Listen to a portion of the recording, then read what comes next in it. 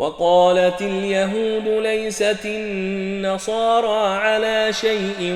وقالت النصارى ليست اليهود على شيء وهم يتلون الكتاب كذلك قال الذين لا يعلمون مثل قولهم فالله يحكم بينهم يوم القيامة فيما كانوا فيه يختلفون ومن أظلم ممن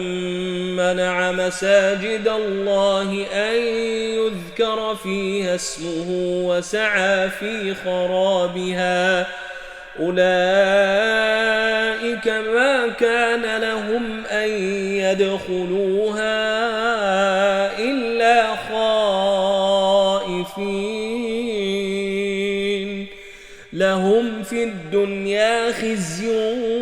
ولهم في الآخرة عذاب عظيم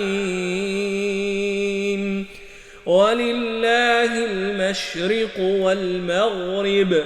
فأينما تولوا فثم وجه الله إن الله واسع عليم